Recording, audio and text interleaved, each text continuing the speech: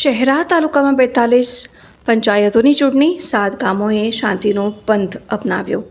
શહેરા તાલુકામાં ગ્રામ પંચાયત ચૂંટણીનો ધમધમાટ શરૂ થયો છે, જેમાં કુલ 42 ગ્રામ પંચાયતોની સામાન્ય અને પેટા ચૂંટણી માટે કાર્યવાહી ચાલી રહી છે। તેમાં ખાસ કરીને 7 જેટલી ગ્રામ પંચાયતો સમરસ જાહેર થવા પામી છે, જે પ્રશાસન માટે રાહતરૂપ છે।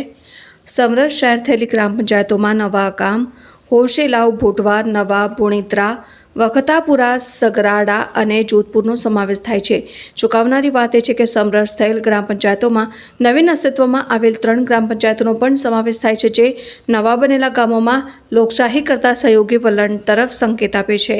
આ ચૂંટણીમાં કુલ 132 સરપંચ પદ માટે ફોર્મ ભરાયા છે, જ્યારે સભ્યપદ માટે 499 ફોર્મ નોંધાયા છે। જોકે કેટલીક પંચાયતોમાં ઉમેદવારોની વધુ સંખ્યાથી સ્પર્ધા કટોકટીક બની છે, ત્યારે બીજી તરફ સમરસ થયેલ ગ્રામ પંચાયતોમાં લોકશાહીની મજબૂતી સાથે શાંતિપૂર્ણ વિકાસનો માર્ગ ખુલે તેવી આશા છે।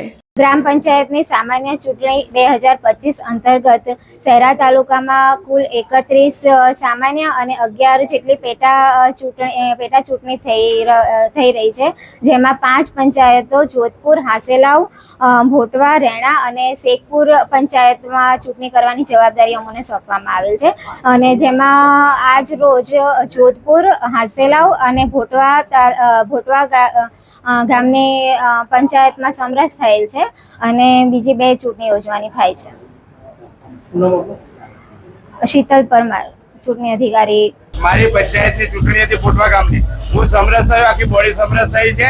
કોઈ પણ વસ્તુની અંદરમાં જે વિકાસના કામો કરવાના છે, મારે બાકી છે એ હું પૂરા કરીશ, અને આ વસ્તુની અંદરમાં જે કોઈ પણ વસ્તુની અંદર એમએલએ સાહેબનો સાથ સહકાર કોઈ પણ વસ્તુની અમને કામો આપ્યો છે, એના હિસાબે હું સમરસ થયો, અને બાજુની પંચાયતો પણ સમરસ થઈ છે।